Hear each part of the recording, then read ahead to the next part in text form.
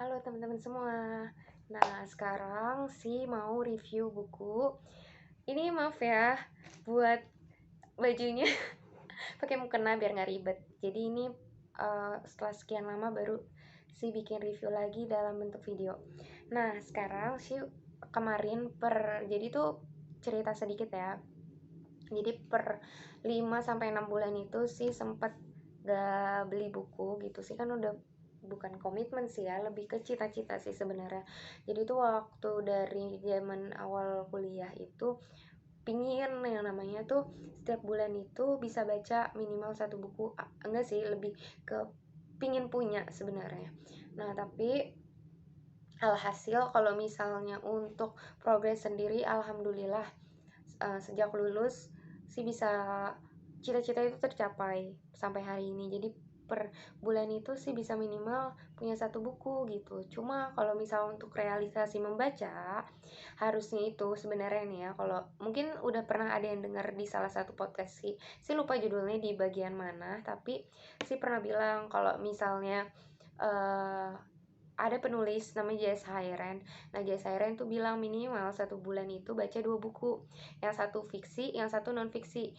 Untuk yang satunya karena supaya kita nambah ilmu pengetahuan dalam hal yang serius gitu, yang emang fokus gitu, terutama di bidang yang emang kita pengen gelutin, itu sih lebih disarankan. Terus yang kedua, misalnya kayak novel, terus hal-hal yang misalnya bikin kita lebih rileks gitu satu bukunya. Jadi untuk menyeimbangkan jiwa kita gitu, antara serius sama untuk supaya have fun gitu. Jadi otak kita itu bisa refresh sekaligus juga bisa tapi berprogres gitu. Dan tapi untuk realisasi baca sendiri waktu tahun 2019 gitu sih lumayan produktif alhamdulillah.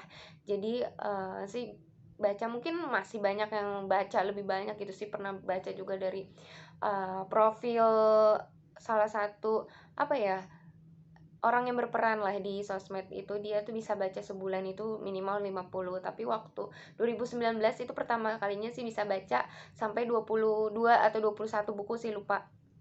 Nah, waktu 2020 itu menurun drastis karena sih jujur masa adaptasi sama kerjaan gitu kan. Waktu itu 2019 September sih lulus kuliah.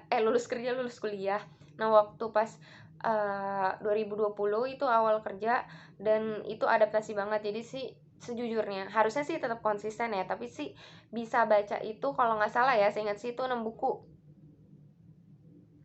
6 buku kalau nggak salah. Iya, pokoknya setengah dari 1 tahun sih, ingat sih. Nah, waktu kemarin itu pokoknya ada trouble sih, nggak bisa cerita gitu. Ada trouble yang sih itu jadi nggak bisa bukan nggak bisa, belum bisa pas itu untuk punya satu buku per bulan gitu. Nah, akhirnya tapi sih yang namanya udah cita-cita gitu, udah ikhtiar, jadi ya ada rekomendasi buku yang sih pingin banget gitu. Jadinya akhirnya sih punya gitu buku itu. Tapi sebelumnya itu sih waktu belum selama 5 bulan sih, 5 bulan itu sih belum bisa milikin satu buku per bulan. Akhirnya sih uh, nulis gitu, maksudnya udah ibaratnya ngetep lah, pengen buku ini judul ini. Nah, setelah 5 bulan itu alhamdulillah per bulan kemarin sih yang udah si list gitu pengen buku apa aja sih udah pegang sekarang. Nah, sekarang sih pengen review 6 buku itu. Sebenarnya review tuh kan kalau misalnya udah baca ya. Nah, mungkin lebih bukan ke review kali, sorry. Maksud sih itu mungkin alasan ya, lebih ke alasan kenapa sih itu beli atau pingin punya buku ini. Oke. Jadi, ini random aja ya. Jadi, ini tadi saya langsung ambil dari atas lemari.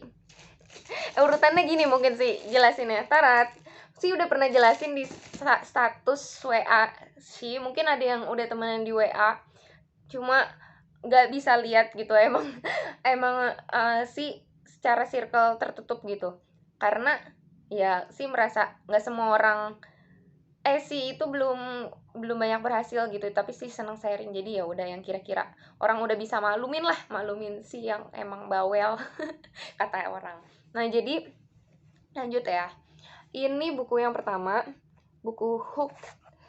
bagaimana aplikasi membentuk kebiasaan kita. Nah, mungkin nanti sih taruh linknya gitu ya. Waktu itu kenapa sih beli ini?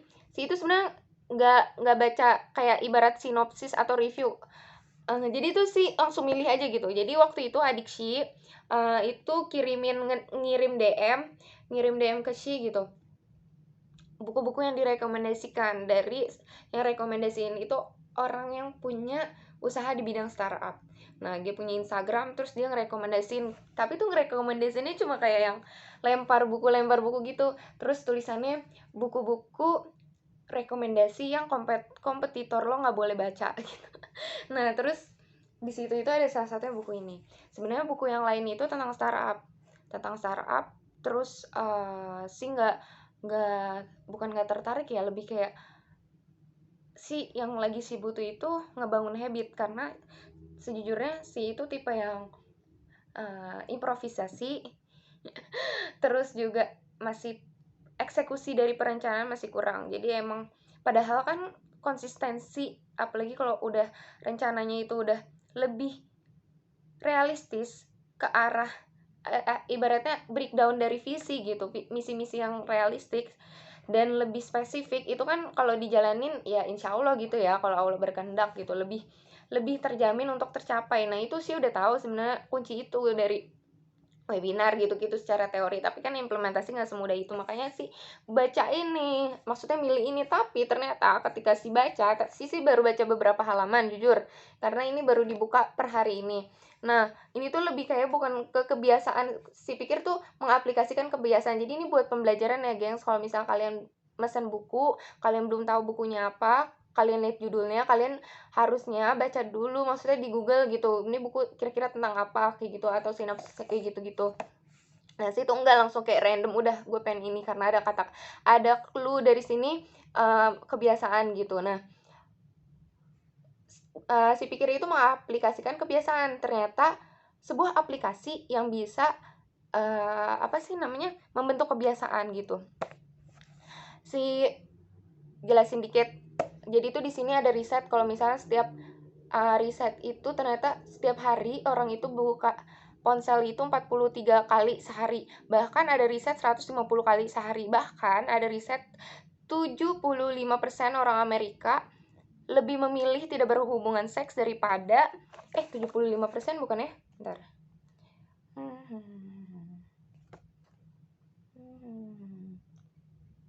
Ya, pokoknya orang Amerika itu lebih memilih untuk nggak baca. Udah, ini jadi kelamaan. Orang Amerika itu lebih memilih untuk nggak baca jadinya, nggak berhubungan seks daripada nggak memegang telepon genggam gitu. Nah terus di sini tuh diajarin loh kalau misalnya gimana sih, kalau misalnya bisnis itu tuh harusnya tuh kita itu bikin si pengguna atau konsumen itu ngikutin kebiasaan kita gitu, kebiasaan si aplikasi ini. Jadi menyertakan dia ketika dia pingin melakukan aktivitas, dia tuh keinget sama aplikasi kita, sama usaha kita. Misalnya gini, orang sekarang kalau misalnya lagi bosan langsung teringat, langsung buka Google, terus teringat lagi buka Twitter kayak gitu. Jadi udah terbentuk kayak gitu loh. Secara berarti kan itu udah di bawah alam sadar kan kayak gitu. Nah oke, itu sedikit aja. Nah itu gimana strateginya? Baca buku ini. Lanjut. Gue nggak tahu ini bakal gue crop atau enggak, tapi gue sejujurnya gue mager. Mungkin kayak sementara kayak yang biasa gue kalau rekaman suara kali ya, langsung gue post bodo amat. Mau muka gue kayak apa, mau hasilnya kayak apa gitu, suara gue udah mau habis, udah malam sebenarnya. Nah ini terus judulnya Rich Dad Poor Dad, ini belum gue buka. Buku ini banyak banget yang rekomendasiin dan pernah jadi buku yang bestseller. Direktur gue itu penggemarnya Robert Kiyosaki. Jadi ini dia itu orang yang seneng ngajar gitu tentang keuangan. Ini bukunya kenapa sih Rich Dad Poor Dad, yang gue tahu nih ya, yang gue tahu itu jadi perbedaan antara ayah yang kaya dan ayah yang miskin. Sebenarnya sih ini lebih kayak ke analogi sih. Jadi tuh dia tuh punya dia itu punya ayah kandungnya itu ibaratnya itu senang mengajar gitu. Nah, ayah kandungnya itu senang mengajar, hidupnya cukup gitu. Tapi ketika di akhir udah pensiun atau mau pensiun gitu, ayahnya itu baru yang namanya buka usaha. Jadi kayak udah telat usia gitu. Nah, terus ayahnya ini waktu dia masih kecil, ibaratnya masih balita atau pokoknya masih SD gitu, punya sahabat deket. Nah, sahabat deketnya itu pengusaha gitu. Jadi emang udah zaman ayahnya masih muda, dan temennya ini pas udah punya anak, si Robert ini itu tuh punya temen sahabat pengusaha. Nah, pengusaha ini punya anak seumuran sama Robert. Jadi tuh si ayahnya ini sering ngedidik anaknya sekaligus ngedidik Robert. Nah, Robert ini melihat dari sisi keuangan perbedaan cara pandang antara ayah kandungnya dan juga sahabat ayahnya ini gitu. Nah, sebenarnya dia ini wujud dari penyatuan ayah kandungnya dan temen ayah kandungnya ini gitu. Jadi dia tahu gitu kalau misalnya pola-pola pikir seorang pengusaha gimana sih gitu, terus perbedaan sama ayah kandungnya gimana sih. Tapi ayah kandungnya ini kan orang yang ulet, terus orang yang senang mengajar, turunlah ke dia ketika dia dapat ilmu finansial tentang keuangan, misalnya tentang apa ya, melipat gandakan uang kayak gitu-gitu dari ayah kayaknya dia menerapkan. Tapi dia juga karena dia punya jiwa yang seperti ayah kandungnya untuk mengajar, akhirnya dia pun mengajar gitu. Maksudnya mengajar seperti membuat buku, membuka seminar-seminar gitu. Jadi ilmunya itu dia jadikan amal untuk orang-orang di sekitar, bahkan lebih banyak orang lagi secara global gitu. Nah, ini bukunya. Terus udah gitu, sorry ya gue gak dandan. Nah, terus udah gitu ini buku Sehidup Sesurga. Ini buku tentang rumah tangga.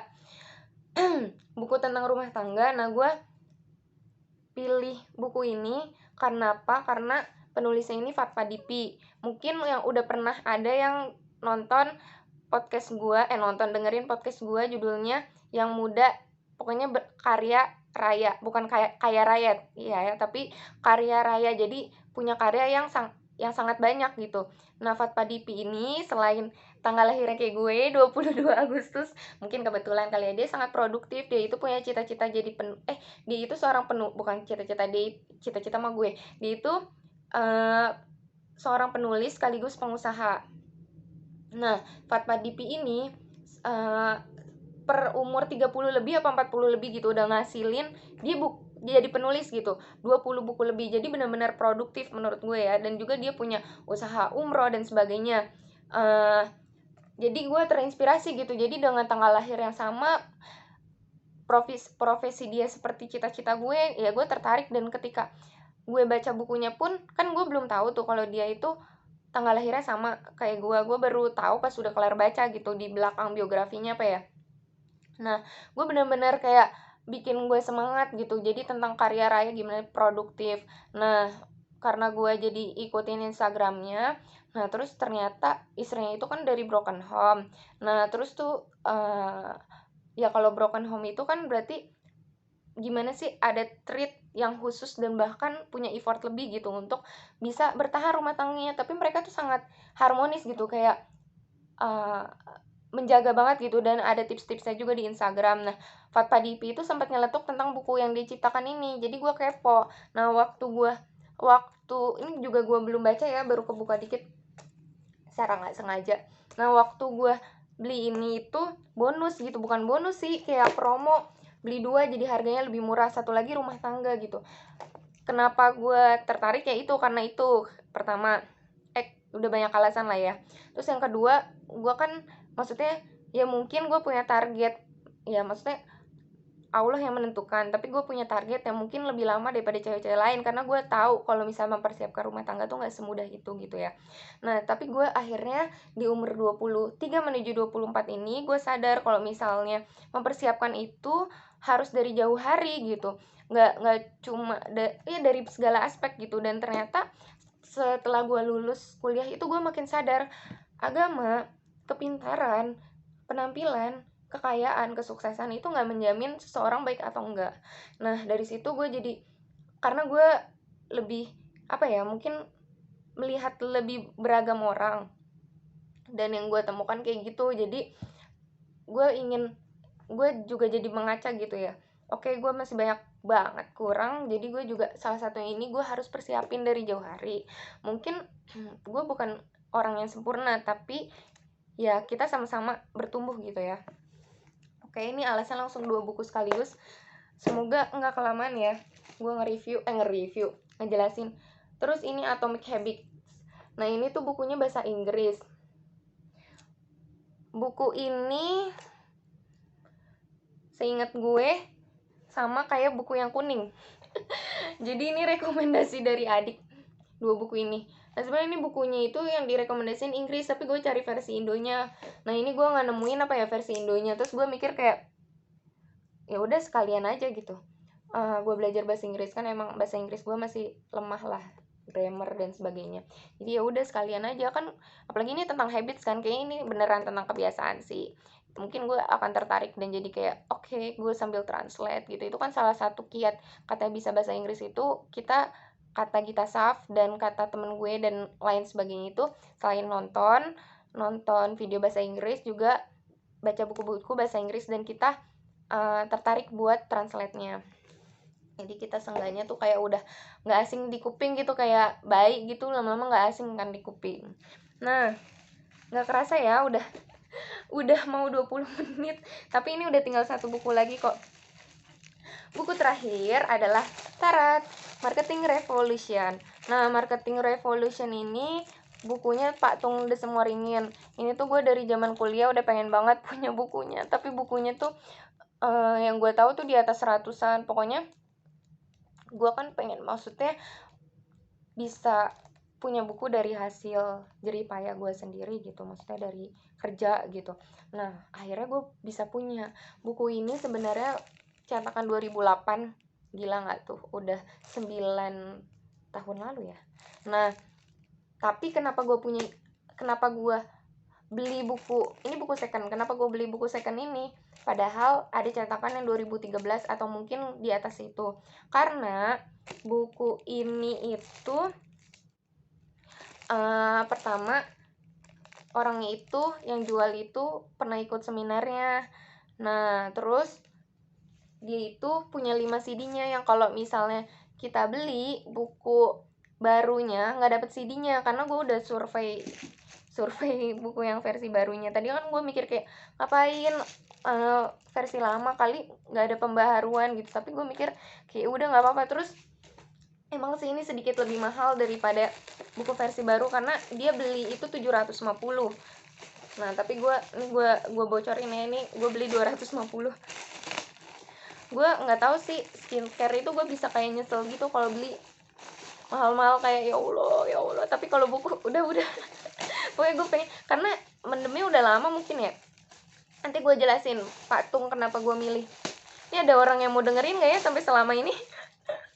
Nah ini ada tanda tangannya cuy, tuh gue belum baca juga sih. Emang sih gue sekarang lagi fokus kerja. Gue pernah dengar dari Pak Direktur siapa ya, pokoknya gue ikut webinarnya Kak Karvin, salah satu alumni dari SMA gue yang sekarang jadi motivator dan juga pengusaha. Nah Kak Karvin, si Pak Direktur itu salah satu narasumbernya bilang kalau misalnya jadi pengusaha, fokus pengusaha, kalau kerja kan sekarang gue kerja, jadi gue pengen fokus di kerja dulu, tapi gue insya Allah ini akan berguna gitu. Bukunya mungkin kelak, karena gue pengen bisa jualan sih. Gue setelah gue menelusuri, nonton podcast dan lain sebagainya, emang emang kunci bisnis itu bisa jualan dulu itu guys. Nah jadi gue pengen punya buku Marketing Revolution ini ya, semoga nanti bermanfaat.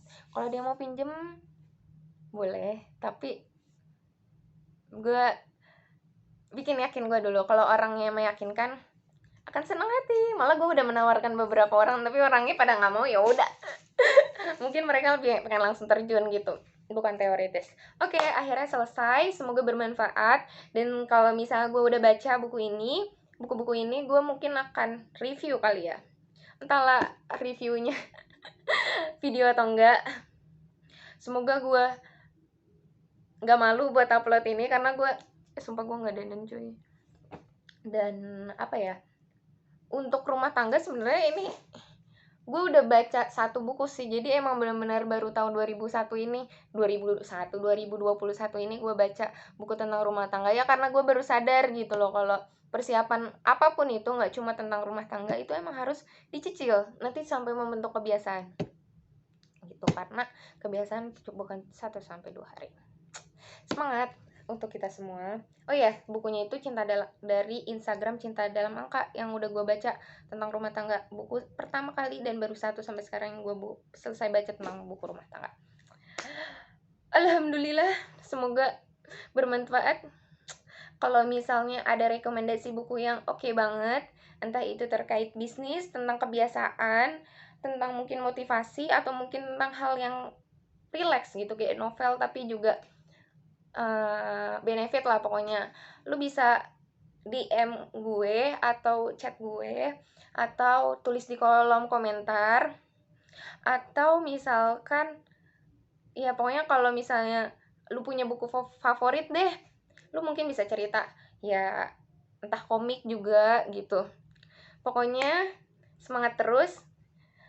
Gue tahu salah satu hubungan dan circle yang positif itu adalah salah satu tandanya bertumbuh bersama. Jadi, ayo kita kolaborasi bareng, bikin fondasi yang kuat, semangat. Wassalamualaikum warahmatullahi wabarakatuh. Bye-bye. Dari Sinkronisasi Biografi.